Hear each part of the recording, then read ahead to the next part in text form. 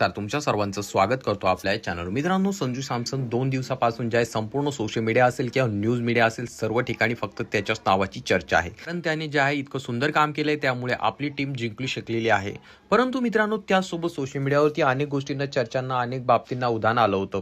संजूच्या वडिलांनी थेट सोशल मीडियावरती येत त्या ठिकाणी खंत व्यक्त केली की माझ्या मुलाचं जे आहे जवळपास 10 वर्ष या ठिकाणी काही मोठ्या क्रिकेटरांनी वाया घातले, कारण आम्ही दलित समाजातून येतो, अशा प्रकारचं त्यांनी वक्तव्य केलं. आणि त्यानंतर तो व्हिडिओ सोशल मीडियावरती अतिशय मोठ्या प्रमाणात झाला. त्यासोबत आपण अशा देखील बातम्या ऐकल्या की खूप जणांनी त्याला असं हिनवलं वगैरे. ह्या संपूर्ण प्रकरण, ह्या गोष्टी यावेळेस घडत होत्या. परंतु मित्रांनो, आता संजू सॅमसनने एक असं काम केलं की जेणेकरून त्या कामामुळे सर्वजण त्याचं मोठ्या प्रमाणात कौतुक करत आहे.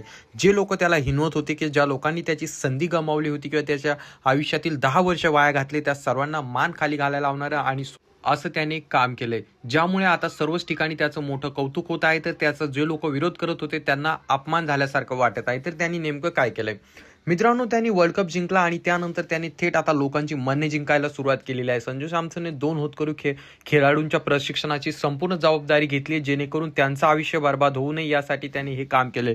संजू सॅमसनने जे आहे त्याचं संजू सॅमसन फाउंडेशन तर्फे त्यांनी थेट त्या ठिकाणी शाळेतील काही विद्यार्थ्यांना त्या ठिकाणी दत्तक घेतले आणि त्यांच्या समोरच्या स्पोर्ट्सच्या आणि संपूर्ण जबाबदारी त्यांनी स्वीकारलेली आहे. होतकरू खेळाडूंना पाठबळ देण्यासाठी त्याने हा निर्णय घेतलेला आहे. तर याबाबत तुमचं काय मत आहे खाली कॉमेंट करून सांगा. चॅनलवरती नवीन असाल तर चॅनलला नक्कीच सबस्क्राईब करा.